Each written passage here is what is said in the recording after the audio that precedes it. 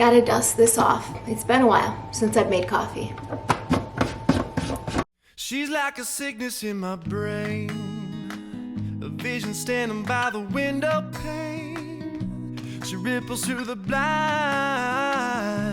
and leaves me in a daze.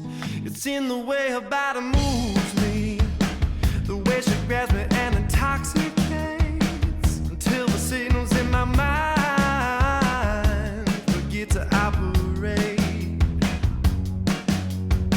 She'll put the pressure in your fragile skull. I take my pleasure from my alcohol. She'll never give you any time at all. She just comes in and goes. Hello everybody, thank you for joining me for another Coffee and Crime Time. So I know we are in the middle of our Bonnie and Clyde series, but some watchers have expressed that they're missing the straightforward true crime videos, which I completely get.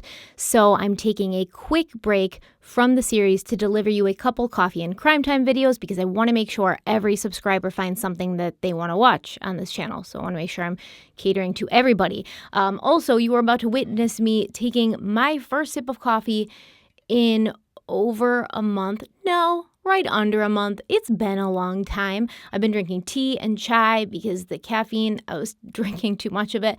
So I made coffee for the first time today in a long time. I'm going to take a sip. I chose the small cup today. You know, trying to keep it contained.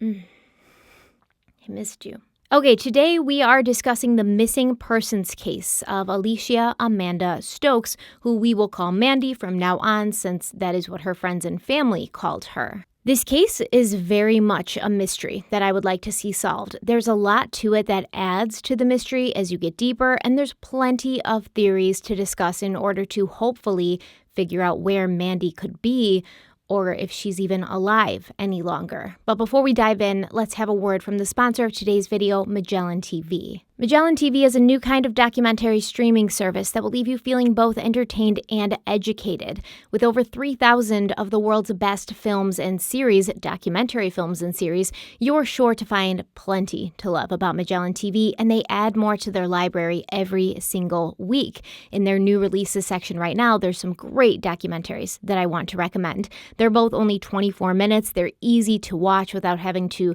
set aside a ton of time. But I found them to both be full of great information and insight. The first one is called Till Death Do Us Part, the murder of Judge Patrick Makwabela, and the second one is called Murdered Online. I highly suggest if you already have Magellan TV that you watch both of these, and if you don't have Magellan TV, they're offering viewers of this channel a 1-month free trial so you can dip your foot into the pool and see all that they have to offer. You aren't tied into a contract, you aren't obligated to keep Magellan TV after that 1-month trial. It's just an opportunity to test drive the amazing films and series that Magellan TV has. And as always, I also recommend the Above series, which I know I talk about all the time, but I just watched Germany from Above, the first 2 episodes, and I can't believe how much I love this series, how relaxing and entertaining it is. It's amazing. Best of all, you can watch Magellan TV anytime, anywhere. When you're at home, you can put it on your Roku, Apple TV, Amazon Fire TV, and more. If you're on the go or your family is monopolizing the television, just pop in your headphones and put Magellan TV on your phone or tablet or laptop. It's compatible with both Android and iOS. So whether you're passionate about true crime, history, science, nature, or all of the above, Magellan TV is the choice for you. Thank you so much to Magellan TV for sponsoring this video and being such a great partner to this channel. We really appreciate you here, and let's dive into the video. Mandy Stokes was 33 years old when she walked out of her Oakland, California apartment and vanished. She was 5'3", about 115 pounds. Her hair was brown with blonde highlights and her eyes were green. Mandy wasn't always a California resident, though. She was originally from Asheville, North Carolina, where she lived with her mother, Deborah, and her 7 brothers and sisters. Mandy was the oldest daughter, and she had 2 older brothers as well as 3 younger brothers and 2 younger sisters. It seems when she was younger, Mandy was a bit closer to her father, William, than to her mother. William was a veteran of the Vietnam War, and as a result, he suffered from PTSD and alcoholism, and this put a lot of pressure on his family. I'm not sure when it happened, but it doesn't seem that Mandy's parents were together or married by the time Mandy left North Carolina and started attending college at the University of Utah. Mandy went to college to major in psychology because she was extremely interested in what made people tick and she wanted to understand human behavior better. While researching this video, I came upon many good sources, but there wasn't as much out there on Mandy's case as I expected there to be. Investigation Discovery did a Disappeared episode on Mandy's case, so they have a series called Disappeared, and one of these episodes was dedicated to Mandy Stokes' case. There's also a handful of articles online, and I also found a great interview with Mandy's mother, Deborah, on the Unfound podcast, and I will link that in the description box because hearing that interview gave me a lot of information that was missing from what I could find online. While in Utah, Mandy attended college and she did well, graduating with honors. Her mother said that she was very smart and took her studies seriously. It also appears that while she was in Utah, Mandy got married and then divorced before returning to North Carolina to figure out what she was going to do next. From North Carolina, Mandy eventually moved to California, where she settled down in Oakland, living with a friend of hers from home named Melinda Wiggins. Mandy and Melinda had been childhood friends. They'd spent a lot of time growing up together in North Carolina. So when Mandy decided to relocate to Oakland, Melinda was happy about it, saying they were as close as sisters. Mandy enrolled at John F. Kennedy University in Pleasant Hill to take graduate courses in psychology, and she lived with Melinda, who was also a student at the university. Melinda said at first everything was great. They would spend hours at coffee shops or the library studying, they cooked dinner together, and they kept each other focused on college. But eventually, Mandy began to lose focus on school, even though she'd been getting straight A's and doing well. This most likely had to do with the fact that while she was in California, Mandy's father passed away on December 3rd, 2004. Mandy's mother, Deb, felt that it had been hard on Mandy because her father, William, had always been important to her. But because of his issues with alcohol, he wasn't always the most responsive or reliable parental figure. But Mandy had always wanted a closer and more concrete relationship with him. She obviously hoped that he would get cleaned up and become the father that she wanted. But when he died, that possibility went away. According to Melinda, after William's death, Mandy turned to alcohol and men to deal with the pain. In 2008, Melinda told the East Bay Times, quote, she was self-medicating and she had a lot of guy friends because she needed the attention, end quote. Others in Mandy's life at this time noticed her behavior as well, including a man who worked with her at a Piedmont Avenue bar where Mandy worked as a cocktail waitress. This gentleman's name is Paul Vitsky, and he said Mandy was a nice girl, always professional at work, but when she was off the clock and she had a few drinks, it was a different story. Vitsky told the East Bay Times, quote, she knew she was an attractive girl. She could go up to a guy at a bar and get him to buy her a drink. End quote. Vitsky also commented that Mandy had told him that she was seeing multiple men around the San Francisco and Oakland area, and that she was also romantically involved with a man who lived in New York City. Vitsky said that Mandy would bop around a lot and was always checking her cell phone. He said that it seemed as if she'd had goals, but somewhere along the way, she got distracted. The close friendship between Mandy and Melinda Wiggins, her friend in Oakland, was strained due to Mandy's drinking and her ongoing depression that Melinda did not know how to help. Things became worse between the two women when Mandy's 28-year-old brother Aaron moved to Oakland and started crashing on their couch in the spring of 2007. Aaron Stokes had an issue with drug addiction, something that apparently his whole family knew about, and it seems like his drug of choice was heroin. I'm not sure who made the decision, whether it was Mandy or Melinda, but after 3 months of these living arrangements, Mandy and Aaron moved out of Melinda's and got their own apartment at 595 Merritt Avenue in Oakland. When their mother, Deb, was interviewed by the Unfound podcast, she claims she had her reservations about this, knowing how Aaron had overstayed his welcome with others before, including family members, other siblings, and friends. About Aaron, Deb said, quote, it was one thing after the other, trying to hold a job down, staying with whomever. I didn't think it was a good idea from past history, end quote. But Mandy and her brother Aaron were close, and Deb believes that Mandy felt she could help her brother even as she struggled with her own demons of substance abuse and depression. It didn't seem that Aaron had changed his ways, however, or that he was ready to be helped. Mandy would sometimes let Aaron use her car, and she was finding unpaid traffic tickets in the glove compartment. Aaron was using her vehicle, getting these parking tickets, and then not telling her about them, which became a huge financial burden for her. Mandy had some money saved for tuition, but she didn't have a ton of extra spending money, and this was an expense she could not afford. And Mandy did, in fact, have a boyfriend in New York. His name was John Crew, and the two had met while on vacation in Vegas 2 years before her disappearance in November of 2007. And for the 4 months before she went missing, they'd become very serious, even though their interaction was mostly long distance apart from trips planned to see each other. Mandy planned one of these trips in October of 2007, and at some point before she flew to New York, Mandy discovered that her brother Aaron had been using her checkbook to write checks to himself that he would then cash from her bank account. She was obviously very upset and stressed out about this, so she planned to stay in New York with John for a full month to give herself some space and distance. At this point, Mandy was not employed, and she had decided to take a semester off from school. And according to her mother, Mandy was not planning to remain in Oakland very long. In the episode of Disappeared, it's alleged that Mandy was going to be moving to New York City to live with her boyfriend because she loved the city so much. They had a great time. While they were there together, Mandy and John saw the sights, they went on camping trips, they did some shopping. Mandy had even called her mother from New York City and was like, hey, can you talk me out of buying these boots, these leather boots that I saw in the shop, because I really want them, but I know I can't afford it. And her mother was like, don't buy the boots. And Mandy was like, okay. But then later she called her mother back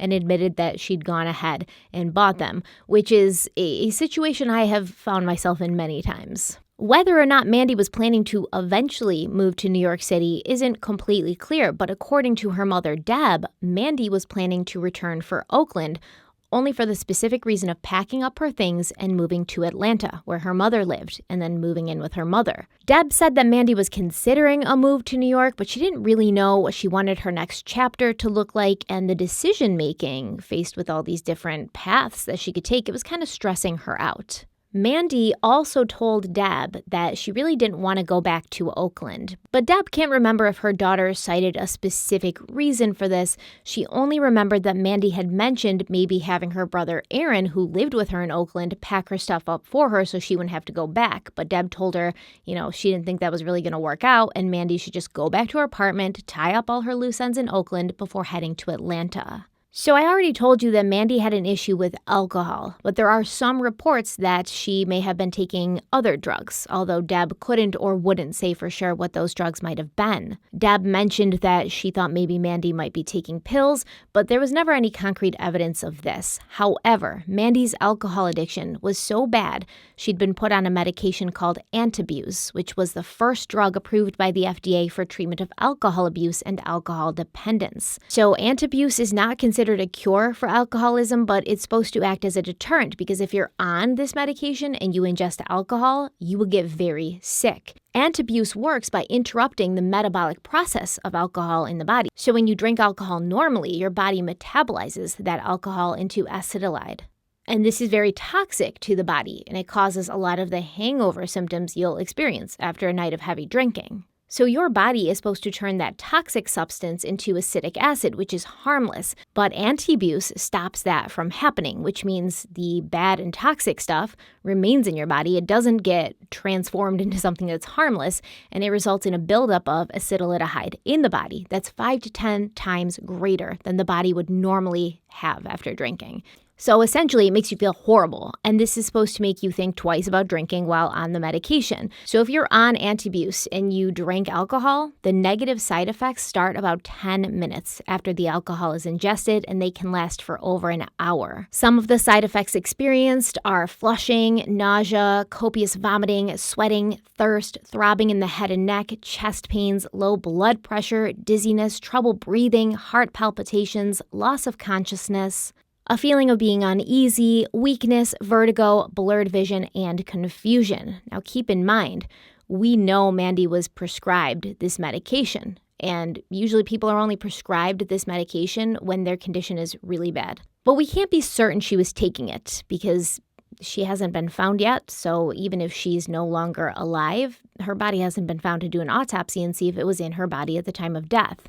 But if she had been taking it, she would have been advised that while on anti-abuse, you have to avoid all alcohol. You have to be very careful because even a small amount of alcohol hidden in food or something can cause these effects. And if the person decides to stop taking the medication, they're told to avoid alcohol for up to 2 weeks after discontinuing use because the effects are still possible. While Mandy was in New York with her boyfriend John, it's unknown whether she was drinking. I haven't talked to him personally, so I can't ask. But John was aware of her bad relationship with alcohol, claiming that both he and Mandy noticed that after a few drinks, she became a different person. So after spending a month away from Oakland, Mandy returned on November 20th, 2007, just 2 days before Thanksgiving. 5 days later, she would disappear, and no one has heard from her since. But on the day of her disappearance, November 25th, some interesting things happened. Mandy's mother, Deb, says that on the morning of the 25th, she received a call from her daughter very early in the morning. So she said that in Atlanta, where she was living, it was still dark outside. With California being 3 hours behind Atlanta, it was most likely somewhere between 2 and 4 in the morning when Mandy called Deb in California. Which suggests to me that she may not have gone to bed that night, but there was someone else in the apartment who was awake and also part of this phone call, her brother Aaron. Mandy asked Deb to tell Aaron that she loved him. So Mandy told her mother Deb that Deb should tell Aaron that Deb loved him. And according to Deb, she did try to talk to Aaron, but it seemed to her as if he was on something. He was very agitated. And when Aaron got off the phone, Mandy told her mother she didn't know what to do for him because he was acting very strange. And she asked her mother if maybe his Kundalini had been activated. So apparently, Kundalini is the ultimate life force inside of us all. According to Medium.com, once this energy is activated, it is felt like liquid fire, electric, timeless, paralyzing. Now, this kind of conversation might seem odd to you and me, or, maybe not to you, but to me, because I don't talk to people about this stuff on the regular. But evidently, this was not a strange conversation for Deb and Mandy to have, since they often discussed metaphysical things. And although Deb suspected that Mandy had also been dabbling with drugs at some point, during this conversation, Mandy seemed fine and didn't appear to be on anything.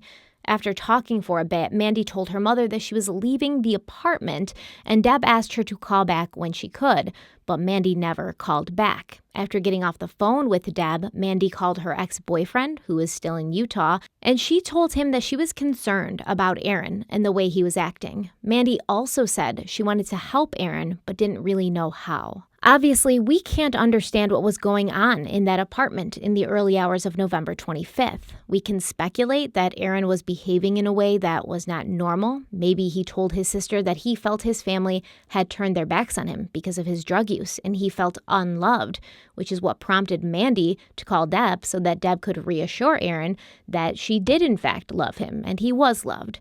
Either way, whatever was going on between Mandy and Aaron did not end there, because early the next morning, so it's actually the same morning, right? It's like between 2 and 4 in the morning in California when Mandy calls Deb with Aaron on the phone.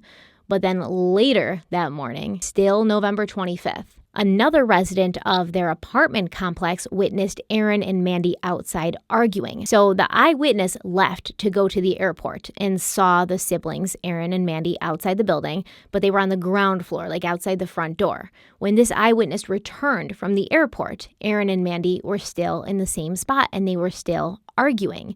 At some point, the argument escalated, and it's reported that Aaron had Mandy sort of caged in, and she was seen sort of like faking him out, lunging one way so that he would block her from that direction and then spinning around and running in another direction. And it was perceived that Mandy was trying to get away from Aaron. At that point, she ran up the stairs to her apartment, he followed her, and nothing was heard from them after this. According to Aaron, he and Mandy were arguing about a few things. He said that Mandy had confronted him about the checks he was writing from her bank account. She also told him that she was planning to move to Atlanta to live with her mother, and she wanted him to leave the apartment. I'm not sure if he meant leave the apartment that same day, like get out now, or if she was letting him know that since the apartment was in her name, once she left, he could obviously no longer live there. Additionally, it's often mentioned that the two of them were arguing about family, but it's never elaborated any further, and this could mean a lot of things. In my experience with drug addiction, and I do have somebody very close to me who struggled with the drug addiction for many, many years, the addict is usually paranoid that everyone hates him or he's disappointed the people he loves, and he begins to feel very isolated from his family and his loved ones, which actually makes the addiction worse because these are negative feelings and the addict will continue to use in order to escape from those negative feelings because they no longer have coping skills. And that obviously only makes everything worse. So Aaron did talk to his mother later about what the argument had been about, and I guess it was mainly about Mandy leaving. At least that's what he said. And he asked his mother, what are you going to let her move in with you in Atlanta? She's on drugs. How are you going to handle her when she's on drugs? Things like that.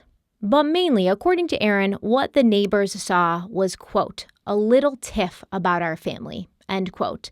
If what was seen outside the apartment building was a continuation of the discussion they'd been having much earlier that morning, it does tell me that emotions were running high on both ends, and this wouldn't be something that could be resolved quickly. Usually when an argument lasts for more than, 10 or 20 minutes, when it's going into the hours, or when the same argument keeps popping up again and again, this is because there's things that haven't been resolved, and it's just not going to be okay until you actually sit down and talk it out and resolve them. So we've got Mandy and Aaron earlier in the morning between 2 and 4 a.m. He's acting strange. She calls her mother. And then this argument outside the apartment complex allegedly went on from 8 a.m. till 10 a.m. After Mandy and Aaron were seen running back into the apartment, we don't know what happened after this. We only have Aaron's version of events. According to Aaron, when they got back inside, he jumped into the shower, and at one point while he was in there, his sister told him that she was going out to run some errands, and he shouted, "Love you," from the shower. When Mandy left, he said she was wearing running pants and carrying her car keys, cell phone, and wallet. She also had her iPod on her. She walked out of the apartment, got into her black 2001 Honda Accord, and drove away. Now, the most obvious theory is that after arguing outside and running back into the apartment, the argument continued inside and grew violent, ending with Mandy injured or dead at the hands of her brother, and then he just made up a story and said she went out for errands. So I know that's what a lot of people think about this case. And for those people who think that, I hear you, right? Aaron's looking pretty good for this, and it gets worse, but we will discuss that further in a moment. Because although Aaron was the last person to see Mandy, he apparently was not the last person she talked to. At about 10:45 a.m., after she'd left the apartment, allegedly, Mandy called her boyfriend, John, telling him that she and Aaron had argued about money and about her moving, and she wanted to know if John could fly her to New York. Later, John would tell police and reporters that although Mandy had been fine when she was with him in the city, when she returned to Oakland, she fell apart. John said, quote, "She definitely had a complete mental breakdown. She was extremely upset," end quote. John also mentioned that he believed Mandy had been suicidal the Thursday after she left New York, which would have been Thanksgiving. And although John had been concerned about Mandy and her mental state, he'd figured she'd be okay. He never knew that she would go missing. It is once again never specified what Mandy said or did that would make John feel she was suicidal. Hopefully he was more specific in his statement to the police, but I always have a hard time taking these secondhand sorts of assumptions about somebody's mental or emotional states. What one person might consider, suicidal behavior might just be them overreacting or being really emotional or venting or blowing off steam. So I don't want to take his word on it just from him saying, I think that she was acting suicidal on that Thursday before she went missing.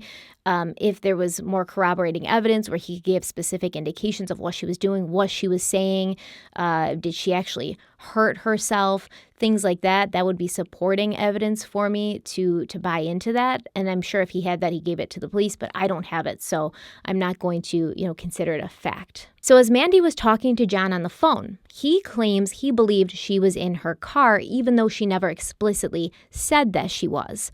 John felt that it sounded like she was. And, we understand what the difference is between talking to somebody on the phone and then maybe talking to somebody when they're driving in the car or they're on Bluetooth. They sound more far away. You hear like background noises, car noises. So I believe him that he thought she was in the car. However, at some point in the conversation, mid-sentence, the call was cut off. And less than an hour later, at 11:20 a.m., Mandy's phone was shut off too. It's unknown whether the phone's battery died or if it was turned off by Mandy or someone else. Mandy's mother continued trying to call Mandy all day, but she never picked up and no one ever heard from her again. So the next day, Monday, November 26th, Deb spoke to her son Aaron, who informed her that Mandy had not come home all night. Deb told him to call the police and file a missing persons report, but when she spoke to Aaron again later that day, he told her that he'd tried to, but he'd called the wrong police station or he'd called the wrong number. So Deb called the Oakland police herself and reported Mandy missing, which prompted them to send a few officers over to Mandy's apartment so they could investigate. Deb was on the phone with Aaron when the police showed up, but when they asked if they could come in and look around, Aaron told them no. Now, this is my issue, and it's always nagged at me. Before I listened to Deb's interview, I didn't know for sure whether the apartment was in Mandy's name or if Aaron was also listed on the lease or the rental agreement. I assumed that Aaron must have been on the lease, or else he would not have had the legal right to prevent police from entering the apartment. But then Deb confirmed for me that it was only Mandy's name on the apartment. So why did the police take the first no and leave? Why didn't they insist to come in? Why didn't they have him show proof that he was legally allowed to bar them from entering and conducting a police investigation? Why didn't they get the landlord or the building manager or something to kind of insist? They were just like, no? Oh, okay. Bye. Additionally, many people believe it's suspicious that Aaron refused to allow the police in. And I agree, but we are dealing with a drug addict here, and we have to keep that in mind as we go through the events that makes Aaron look as if he had something to do with his sister's disappearance. Somebody deep in the throes of a drug addiction, they won't always behave in ways that make sense to you or I. They make decisions, and they do things with basically one goal in mind: to not let anything get in the way of their using. It's very possible that there were drugs in that apartment at the time the police arrived. I'd go as far as to say that there definitely were, because remember, Mandy was out of town for like a month. So Aaron was probably using the apartment as if, she wasn't going to be walking in the door any moment. And it's also very likely that Aaron would not want the police to discover the drugs because they might take the drugs or maybe arrest Aaron for using the drugs. If Aaron is telling the truth about the events of November 25th, he knew that Mandy had left the apartment unharmed and there was nothing for the police to find in the apartment, so he would have been more interested in protecting his drug habit, not getting arrested for possession of heroin. He would have been more interested in that than helping the police find his sister, especially if he thought she was just taking some time and he thought she was alive and well. Apparently, it was not unusual for Mandy to just pick up and go on a trip with friends on a whim. So he might have been feeling that letting the police in wouldn't have helped find Mandy, but it would land him in some hot water. But the police could have insisted, right? They could have done something. They could have gotten a warrant, got the property manager, but they didn't. They just left. 2 days after she went missing, Mandy's car was found, but not by the police. Mandy's car had been abandoned on Park Boulevard near Lamart Boulevard, and this is apparently next to a pretty large ravine, and I think that it's the Fern Ravine, but I can't be sure. Well, at the time it was towed, the company claimed that the car was out of gas and had a dead battery, but other than that, it was in good working condition and had no mechanical issues. So maybe Mandy ran out of gas and tried to walk to a nearby fuel station to get some.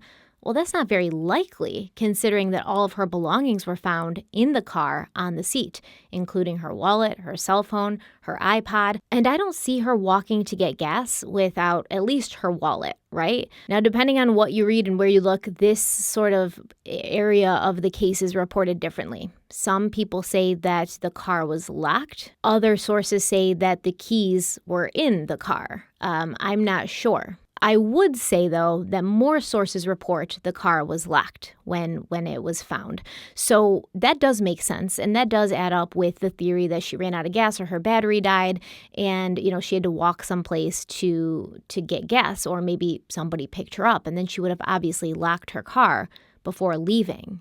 There's also a theory that the car could have been left on when it was abandoned, or at least had the headlights left on, and that's why it ran out of gas and had a dead battery. And I feel like this is more likely since the odds of running out of gas and having your car battery die at the same time are pretty slim. That would be the worst day ever. That is some Mercury in retrograde shit right there, for your battery to die and for you to run out of gas like at the same time. But the strange thing is, it appeared as if the car hadn't really been parked, right? It wasn't pulled over to the side of the road as if somebody was coming back to it. It had been left kind of in the middle of the road.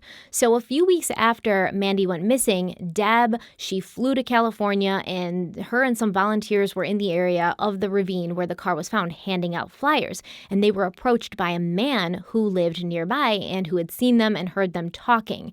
Now, this man claimed that he suffered from short-term memory loss, and as a result, he made a habit of writing everything he saw in the general area down in his journal so that he could remember. This man claimed that he had seen a black Honda Accord blocking traffic for 2 days, and he went inside his house and brought his journal out to Deb to show her the diagram that he'd drawn of this car. Now, the short-term memory loss journal guy, he claimed that the front of the car was pointed towards the ravine and the car was sort of at an angle, not pulled off to the side, but right in the street. He said he'd seen it parked there Sunday and it stayed there for 2 days until it was towed. Now, where this man claims to have seen the car, which he'd drawn a picture of and gotten the make and model and color of Mandy's car correct, it was not where the police claim it was towed from. The police say that the car was further up Park Boulevard next to a church, not where the journal guy claimed it was. But then again, the police were not the ones who towed it. They only recovered it from the tow yard after Deb tracked down the car details through Mandy's insurance company and got the Oakland police to issue a BOLO on the car. So they could have gotten inaccurate or incorrect information from the towing company. Or the guy with the journal and short-term memory loss was incorrect as to where he saw the car. Maybe it wasn't Mandy's car at all that this man saw. It's just one more piece of the puzzle that doesn't really fit. During the investigation, the police dug into Mandy's cell phone and bank activity. Mandy's mother, Deb, was told that the way Mandy's phone had pinged off cell towers made it seem as if she'd spent some time that morning before the phone was shut off, driving in circles around her apartment. The police also claimed that Mandy's phone never pinged at the location it was later found, which was a little over 2 miles away from her apartment, which means that her phone died before she left the general vicinity of where she lived and drove to wherever her car was found by the ravine. This is a little detail that has also bothered me because if my phone died, I probably wouldn't go on any kind of car driving trip, even just to run errands or just to drive around and clear my head without making sure I had a charger or without charging my phone up a little. I just wouldn't feel safe to do that. And the whole thing is very interesting to me because the timeline doesn't really make sense. Mandy is on the phone with her boyfriend at 10:45. He claims the call was disconnected mid-sentence, and when he tried to call her back, she didn't answer. But the police don't have Mandy's cell phone turning off until 11:20, roughly 35 minutes later. Did Mandy drive around the block where her apartment was, not wanting to go back inside, purposely not answering John's calls after the call got disconnected? Did the call drop because she drove through an area that didn't have service?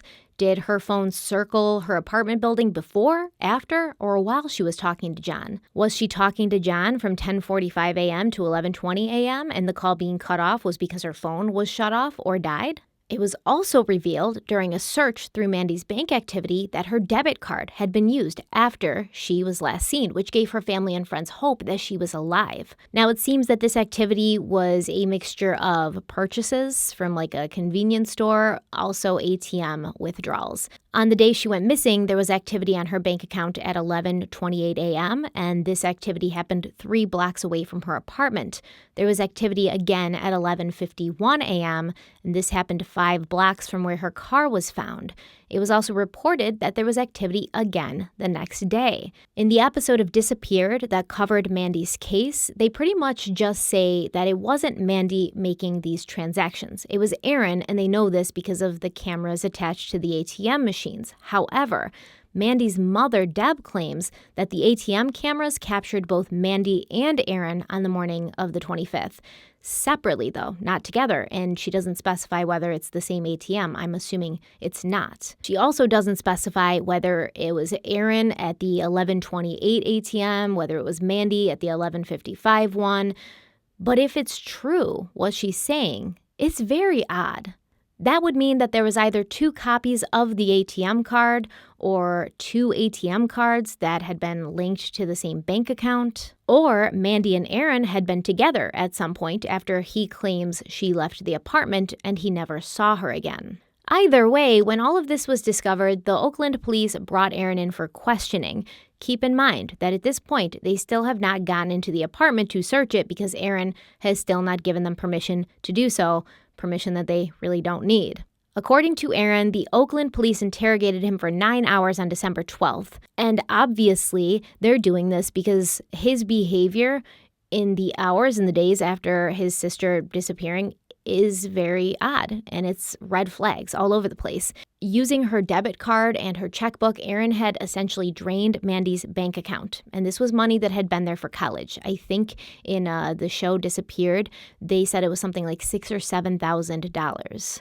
During this interview, or interrogation, as Aaron would call it, police claimed that Aaron was cavalier, uncooperative, unemotional, and acted as if he didn't want to be there. Aaron claims that he tried to help them, but the detectives were railroading him and accusing him of killing his sister. So at this point, this case is changed from a missing persons case to a homicide case, as police began to believe that Aaron had taken his sister's life after an argument, even though he vehemently denied any involvement.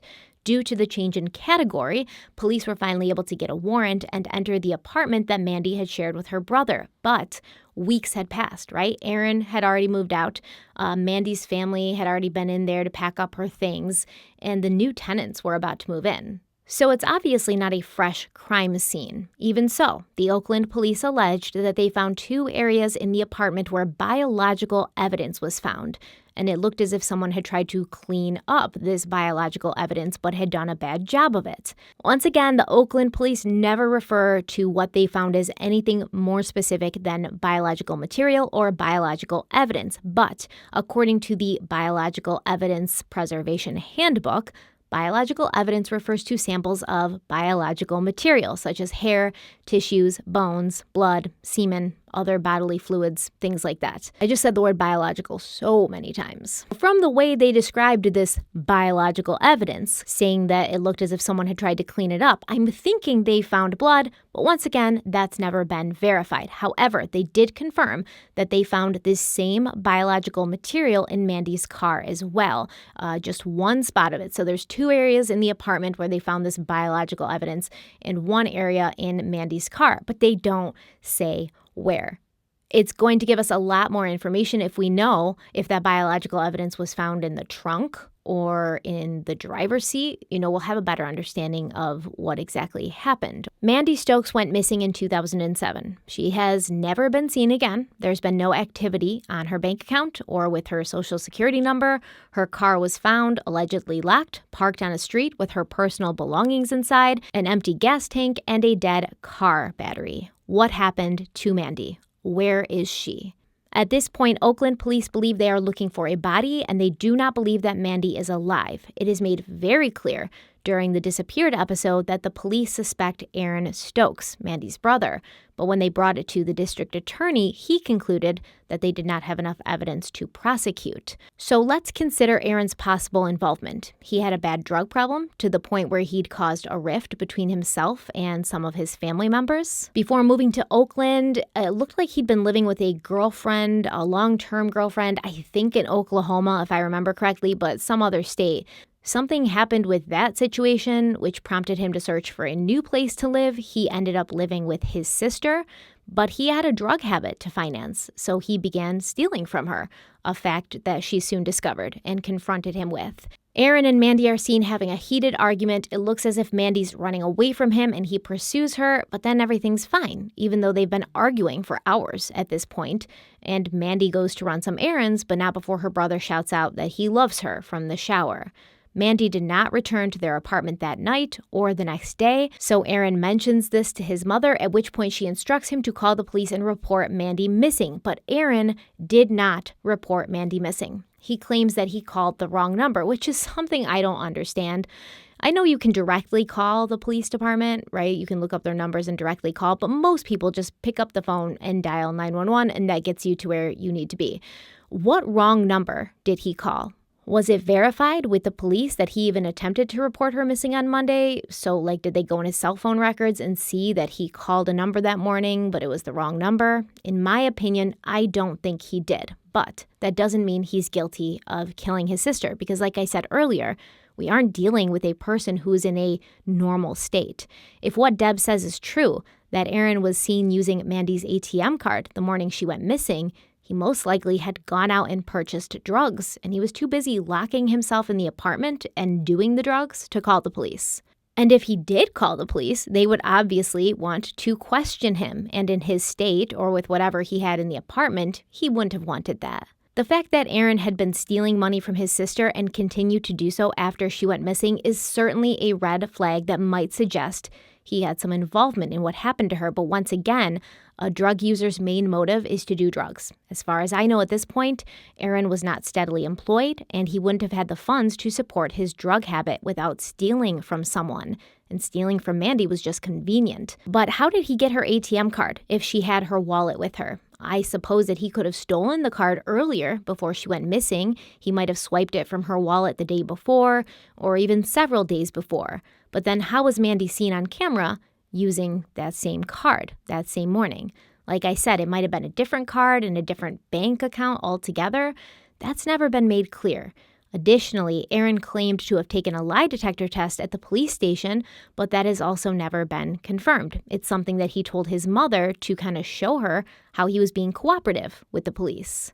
But the Oakland police were very clear in the disappeared episode that Aaron was extremely uncooperative from the start. Another strange fact is that after Mandy went missing, a friend of hers found Mandy's diamond stud earrings stored in a little box in Aaron's coat pocket. If we were dealing with a non-addict, all of these things would look very suspicious, but there's no proof that Mandy was wearing the earrings the day she went missing, and after the police put a stop to Aaron using Mandy's bank account, he could have just been going around the apartment looking for things that he could pawn for money. If Mandy left her apartment alive that day, which does seem to be the case since we have her boyfriend John saying that she called him, and I'm sure the police have already kind of cross-checked the time and the length of the call with her cell phone records.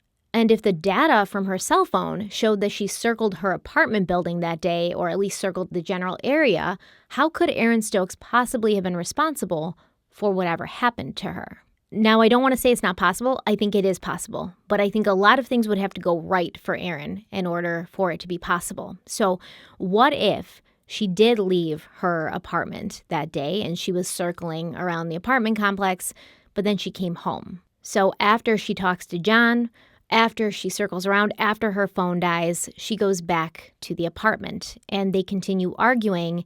And that's when it happens. That's when he kills her. And then he waits for it to get dark. He puts her body in her own car. He drives it out to this area where it was found. It's kind of like the middle of the night, so there's not a lot of people around. He can't really see where he is. So he just leaves the car there with all her stuff in it, gets out, locks it, walks away. Or maybe he even leaves the car on, hoping somebody gets inside of it and steals it. I mean, it's Oakland, California, after all. Car theft isn't an uncommon occurrence. But like I said, this is a lot of speculation. There's no proof that Mandy returned to her apartment, but there wouldn't be, right? Because her cell phone died. And nobody could get a hold of her all day because her cell phone was turned off or dead. Now, a working theory at the time was that Mandy had decided to take her own life. She'd been feeling more and more depressed. The anniversary of her father's death was right around the corner. I believe it was a week after she went missing that the anniversary of her father's death was to happen. Mandy had come to California ready to take on the world. She did well in school, but then things changed. She wasn't focused. She stopped going to college. She began drinking. She may have been using drugs. Those who knew her felt it was evident her mental state was not good. It's theorized that she may have driven herself to where the car was found, got out, and just tossed herself into the ravine. I don't believe this theory at all. The police did search the area around where her car was found, but her body was never discovered. When her boyfriend John was interviewed in 2008, he believed that Mandy had been suicidal at the time of her disappearance, but her brother Aaron, who is now the #1 suspect in the eyes of the public and apparently the Oakland police, he didn't believe that at all, at least at the time. In 2008, Aaron said, quote, "Personally, I don't think that she did. There's a part of me that thinks she's very much alive and knows what's going on. I don't think she committed suicide," end quote. Aaron also said that Mandy had never made threats of suicide in his presence, and he couldn't even think of anyone who would want to hurt her or cause her harm. I feel like if Aaron had done something to his sister, he would be grasping at any straw, right? Grasping for anything to explain what had happened to her as an out. He would, in my opinion, he would have jumped on this suicide train and rode it away as quickly as possible from person of interest station. But he didn't do that. As suspicious as a lot of his actions looked, they can easily be explained away by him being a paranoid drug addict who wanted to stay as far away from the police and law enforcement as possible. But we could just as easily look at this another way, right? Aaron was using drugs quite heavily, it seemed. And this didn't seem to be something that Mandy was happy about. Deb even said that Mandy had once approached a local drug dealer and demanded that he stop selling to her brother. If Mandy was somehow standing in the way of her brother's addiction, he might do anything to remove that roadblock. Mandy leaving Oakland would have certainly put a crimp in his lifestyle. He lived in an apartment she was paying for. He was stealing from her to buy drugs. If she left, where would he live? How would he buy drugs? But if she just wasn't around, he could stay in the apartment at least for a while, and he could use her money to buy drugs. A reasonable person would think, well, how long is this going to buy me? Eventually, I'm going to get evicted when the rent doesn't get paid, and eventually the money Mandy had saved is going to run out. But drug addicts don't really think in the long term. They think about how they can get their fix today, right now. They're not thinking about what's going to happen next week or next month. He may have been so messed up on drugs that he didn't care about his sister's life. He just wanted to make sure he could keep using. Nothing else mattered. That doesn't mean that Aaron didn't love his sister, but they say when you're into an addiction really deep, the drug becomes your family. The drug becomes your spouse, your best friend, your children, your mother, your father, the most important thing in the world. Now, I did speak to somebody who struggled with a heroin addiction for a very long time and has since been rehabilitated and gotten completely off of it and would never look back. But I wanted to know, is it possible when you're on drugs for you to kill a family member? And he said, well, heroin is different. It's not like cocaine where you're all hopped up. Heroin, it's like you don't want to do anything. You just want to sit there and pass out. It makes you very chill. However, he did say that if the user is going through withdrawal and there's somebody standing in the way of them getting their fix so that they don't have to go through withdrawal anymore, because apparently withdrawal from heroin is incredibly physically painful. It's just torturous. You want to avoid it at all costs, right? So they don't want to feel that way again. They can feel the withdrawal coming and they're like, oh, I got to do the drug so that I don't have to feel this way. If somebody was standing in the way of them getting the drug so that they would stop going through withdrawal, the person I spoke to believes that anything is possible. That a drug addict in the grasp of withdrawal, trying to get his drugs so he doesn't have to go through withdrawal anymore, he would be capable of anything. The person I spoke to, who struggled with a heroin addiction for a long time, he also said that as an addict, if you've got your stash and somebody gets rid of it, they think they're trying to help you and they're like, oh, we're not going to do this anymore, and dumps it in the toilet or throws it in the garbage, that this would make an addict snap and become violent. And I just have to imagine the kind of scene that Mandy walked into after she was in New York City for a month. Her brother, who is actively using heroin and maybe other drugs at this point, is in her apartment alone for the last month. And he probably trashed it. Now, Deb, Mandy's mother, said that she went into the apartment to pack Mandy's stuff up, and she even went in there before packing Mandy's stuff up just to visit with Aaron. Deb said that Mandy usually kept her apartment very neat, very organized, very tidy, and when she went in there, it was an absolute madhouse. It was a mess. So Mandy walks in after being gone a month, and she sees maybe Aaron passed out on the couch. Maybe, there's drug paraphernalia all around him. Maybe his drugs are right there on the table because he doesn't know when she's coming home. And she takes his drugs and she gets rid of them. When he wakes up, he's angry and he's still thinking about it several days later because now she's onto him that he's stealing from her. So she's obviously hiding her purse and her checkbook from him. She's gotten rid of the drugs that he did have, and he doesn't have a way to get more. And he's going through withdrawal. So this is definitely a possibility. And what about Journal Guy from the ravine? The man who suffered from short-term memory loss and wrote everything down so he wouldn't forget, he lived very close to where Mandy's car was found. He heard Deb and the others talking about Mandy and putting up flyers, and he offered to help them by giving them information on the car he saw that he thought was Mandy's car. Now, we know that oftentimes the perpetrator of a crime will try to force himself into an investigation, and that's kind of what happened here.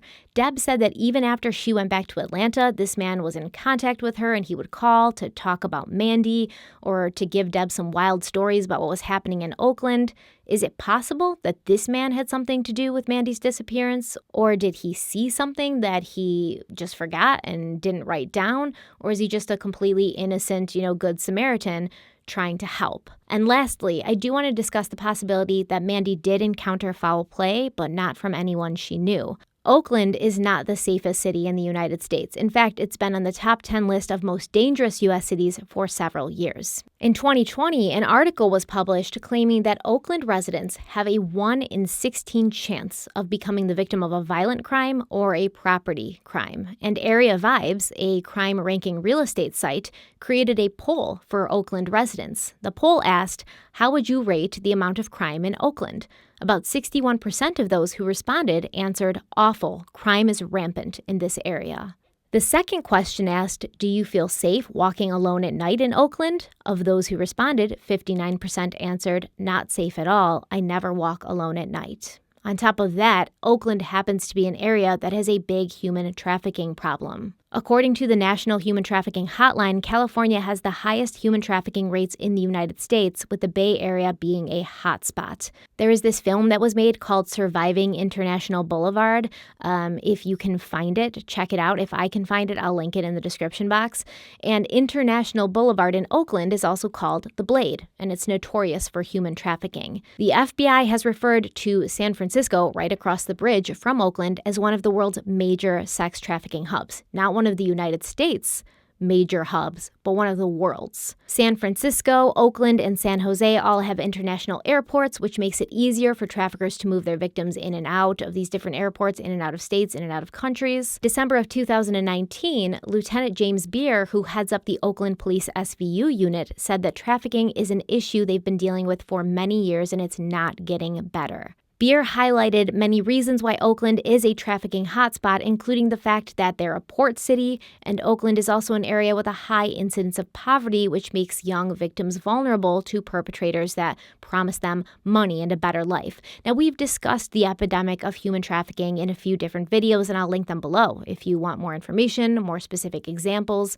But it's a real issue in Oakland and many other cities and small towns alike around the world. This is not an Oakland problem or a California problem or a United States problem. It's a human problem, and every one of us should want to see it come to an end because there's currently 25 to 40 million people trapped in modern-day slavery, whether they were chosen for forced labor or for the purposes of the sex trade. They are tortured, helpless, and powerless every single day of their lives. And it's not going to stop because the trafficking of human beings is incredibly profitable for these douchebags that take part in it. Human trafficking earns profits of roughly $150 billion a year, and $99 billion of that comes from commercial sexual exploitation. Even though this is so prevalent, and it happens around all of us every day, the number of prosecutions of human traffickers is extremely low. Estimates suggest that internationally, only 0.04% of human trafficking cases are identified. And that means, obviously, the majority of them go undetected, unpunished, and the victims are not helped. Let's look at this through the lens of Mandy's case. She has an argument with her brother. She leaves the apartment to call her boyfriend, most likely because she didn't want Aaron to hear her talking about him, right? She gets in the car and drives around for a little bit while she chats on the phone. I've done this myself. When I used to live in an apartment or in close quarters, if I wanted to talk on the phone in peace without someone listening or it being loud, I'd get in my car and drive around the general area because I have no destination in mind, so I'm just driving in circles. So the phone call with John drops. It could be very possible that her phone died because she'd been up all night dealing with Aaron, and when do we usually plug our phones in to charge them? Overnight while we're asleep. It's very possible that she was on the phone with John until the 11:20 time when her phone was shut off permanently. I don't have access to the police records, so I can't say for sure. But I obviously believe that the police would know whether Mandy was on the phone with John that entire time or whether she hung up and then her phone died or turned off later. If the call dropped, maybe Mandy was just so upset and stressed out, she didn't feel like picking up when John called her back because she'd asked him to fly her out to New York, and his response had been to tell her to calm down and call her mother. So maybe she hadn't heard what she wanted to hear in the call, and she just didn't answer when he called back. Sometimes you're so upset you just don't want to talk to anybody. Then she decides she isn't ready to go back to the apartment, so she starts driving aimlessly, and maybe her car runs out of gas or the battery dies, which is why it was parked so strangely in the middle of the road, not pulled off to the side. So she has a phone with a dead battery. It's of no use to her, but hopefully she can flag someone down and use their phone or catch a ride somewhere so she can come back for her car later. Mandy was described as being very friendly, very open, and a little naive, right? She was from the South. She took that Southern hospitality thing very seriously, and for the most part, she simply trusted people. So she's sitting in her car, which is parked in a very awkward position. She gets out. Maybe she starts to wave at passing cars for help. Let's say the person who ends up stopping for her isn't a good person. Mandy was a very pretty woman, so an individual or more than one person who's in the business of trafficking might have seen her and thought, this is the perfect opportunity. So he pulls over to help. She asks to use his cell phone, and he's like, yeah, sure, get in. I'll drive you to where you need to go while you make that call. And just like that, within the space of a few moments, Mandy goes from standing free on the side of the road with her whole life in front of her to being a prisoner who has no chance of escape. Is this what happened? Of course, I don't know.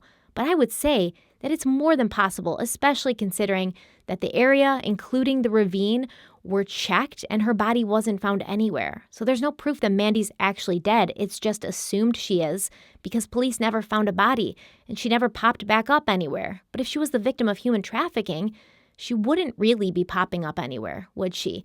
Or if she was just the victim of a random, brutal killer, she wouldn't be popping up anywhere. I know Aaron is the main suspect, and I completely understand why. But if he'd done something to her in the apartment, how did she call her boyfriend from the car? And if Aaron had killed his sister, why would he have driven her car to a pretty busy area and left it there? Why would he even have told his mother that Mandy didn't come home on Sunday? He could have avoided his mother for days or even weeks. I mean, his family was used to him dropping off the map. And when she was finally able to speak to him, he could have said, well, I didn't know that Mandy was missing. I'm on drugs. I'm out of it. You know this. I don't even spend a lot of time here. Most of the time, we're just passing ships in the night. I had no idea. Maybe she went on a trip with her friends. I didn't know. Aaron could have just been like, Mandy's a grown-up. I'm a grown-up. I didn't know it was my turn to watch her. And people probably wouldn't have believed him, but they don't believe him now, so what's the difference, really? I also do want to mention that it seems fair to say the Oakland police believe Aaron had something to do with what happened to Mandy. They said as much in the disappeared episode. In fact, they seem very perturbed that they aren't able to bring charges against him because the district attorney doesn't think they have a case. And to be fair, with what we know, they really don't. At least not one that could or should go to a courtroom. They only have circumstantial evidence. They have no physical evidence, which they might have gotten had they pushed the issue of getting into the apartment, but they didn't. They might have been able to accurately process a fresh crime scene and get much more physical evidence than what they have. But I also want to point out that I don't know what the police have, but I do know they most likely have way more than what they've shared with the public. So I don't want to proclaim from the rooftops that Aaron Stokes is innocent because it doesn't look as if the police feel that way, so maybe they have something more concrete that allows them to be so sure. But once again, on the other hand, it's not as if we haven't seen law enforcement get tunnel vision on one suspect only to find that the suspect never had anything to do with the crime. That's happened. We know it has. So I'd want to know if they'd gotten access to Aaron's phone records, if they were able to see if he left the apartment that morning, and if so, where he went. Was he ever in the vicinity of where Mandy's car was left? We know he went to an ATM to take money out of Mandy's bank account, but did he go anywhere else? Does he have an alibi for when she went missing? Was he on the phone with someone? Was he paying a visit to his dealer? Or was he at home alone? I also would like to know how deeply the police looked into the short-term memory loss dude with the journal, because Deb says she gave the police all his information and passed on what he told her, but at the time she gave the interview, she'd not followed up with them about it. I mean, I'm not saying that journal dude did anything, but he did live right there, right? He lived right by where Mandy's car was found. He was a little odd, and I think it wouldn't be a big deal for the police to at least ask this guy if they could check his house, maybe bring in some dogs to see if they could find Mandy's scent in there, just to get a better idea of how he connects to Mandy Stokes and her case. But as for now, that is all I have for you. I really would like to know what you think about everything in the comment section. Now, Aaron obviously feels uncomfortable. He doesn't like the way the disappeared episode portrayed him. And I mean, I agree. They definitely didn't give him any benefit of the doubt. And I'm not saying that they have to, but I'm just saying if you want to, put forth a case to people and kind of let them try to figure out what happened, you should probably give them all the information. And I don't think that was done.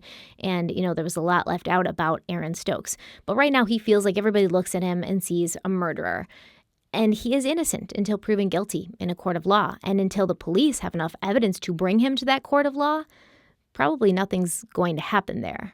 And if Mandy left that apartment after she talked to John and never came back to the apartment, I don't think it's possible that Aaron was involved. But if she did go back to the apartment, I think it is possible. But once again, we don't know this stuff. I don't even think the police would know for sure at this point since her phone had died. And so there was no way to really see what her movements were after that 11:20 a.m. time when her phone died. But let me know what your theory is. Let me know what you think in the comment section. Please don't send hate to anyone that we talk about in these videos. I hate that I have to say this, and I feel like it's even pointless to say it because the kind of people who would send hate and harass somebody that's talked about in these videos isn't the kind of person who's going to listen to me if I say don't send hate. So it just feels pointless. But yeah, don't track Aaron Stokes down and, accuse him of being a murderer and send him mean messages. Like, it's pointless. Like, let this man live his life until he has been brought up in front of a judge and jury. And then they can be the ones to decide.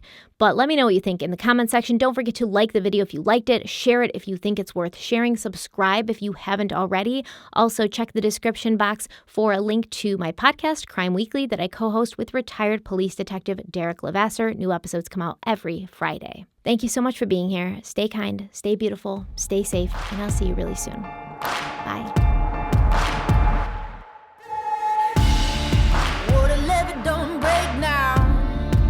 The bottle's going straight down, and that river runs deep, the mountains get steep, and the voices getting too loud. All these feelings I've buried, it's looking like a cemetery. They're coming back from the grave, calling out my name, better say I Hail Mary. Well, you don't know how deep it goes until it's getting you slowly. So you got to let it go. I got blood